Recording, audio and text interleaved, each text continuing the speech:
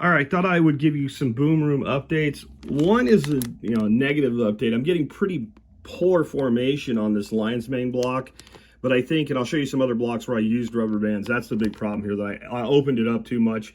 I did get one pretty nice cluster off here yesterday, and I cooked it and it was delicious, but this is really not what you should be seeing, I think, for like a pom-pom lion's mane. But again, I think I gave it too much air.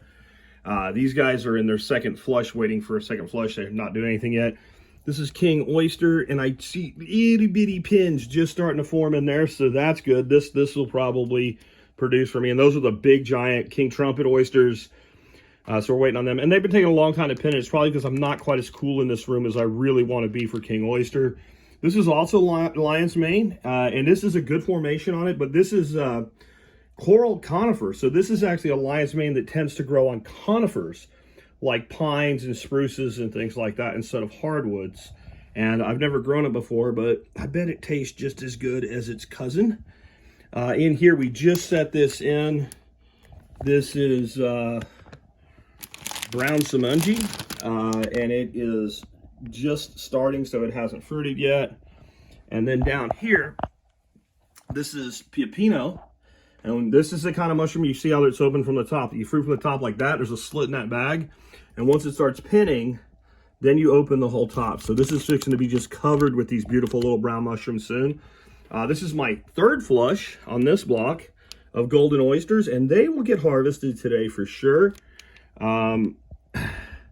We got chestnut in this bag, and it's just little tiny pins starting, so the top of the bag's off. This is a blue oyster, and it's waiting for its third flush.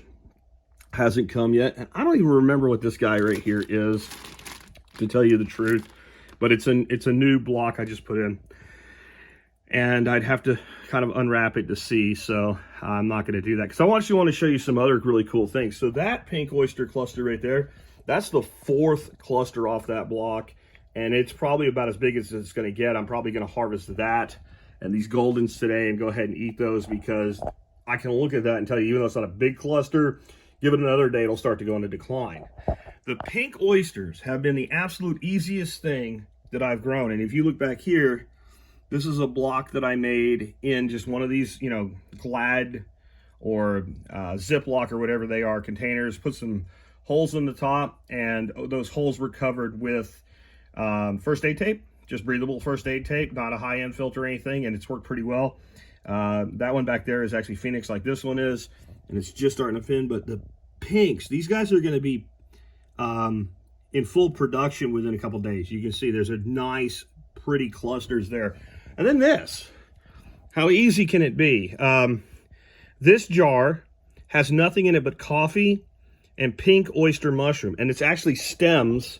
You can kind of see down at the bottom where the stems were. So I actually just took some mycelium from some of a prior flush of this, put it in the bottom of this jar, and every day, or not really every day, I added a couple tablespoons of coffee. When it was fully inoculated, I added a couple more, and it took about 5-6 additions to get to the top.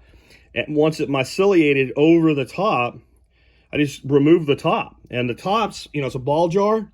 So what I do is I take a step bit and drill about a 1/4 inch, a little bit bigger than a 1/4 inch hole in the top. Put one piece of that tape over it so the mycelium can respirate, but keeps a high CO2 environment until you're ready to fruit. And now you can see this guy's got pin. All those little pop-ups with the pink coloration, those are all pins. This is probably going to, even, I did never do this because I didn't think there was enough food here to produce a sizable cluster, but I wanted to see what it would do. And looking at that, I think it's going to produce a cluster at least as big as that one right there.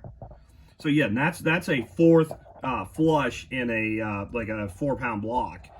But if you even get one out of these, that's really, really simple to do, and you could make dozens of these and fruit them as you wanted them. So I'm going to try doing that with blue oyster and golden oyster and Phoenix oyster and see how well this works.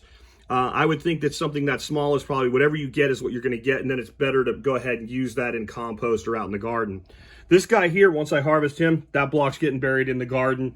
This guy here, I might see if he'll fruit one more time for me, and then that block's getting buried in the garden.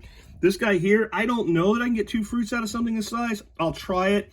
Based on those results, I'll either give these two flushes and then go in the garden or whatever. What I'm doing when I say the garden, I'm literally taking the entire block, digging a hole, putting it in the garden and covering it over. I'm either going to get some flushes of mushrooms in the future in the garden, or all the various microorganisms are going to just munch on that yummy fungi and mycelium and all that organic matter that's already partially broken down and contribute to the strength of the garden. But of all the things, this is the one I really find the most fascinating.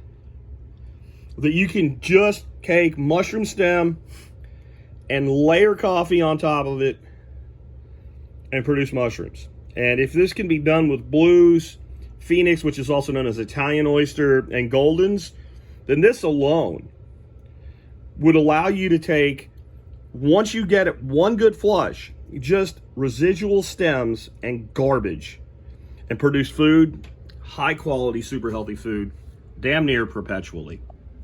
Take care, guys. Let me know if you have any questions. Again, this boom room, I'm loving it. I'm probably not the best mushroom cultivator in the world. In fact, I'm definitely not.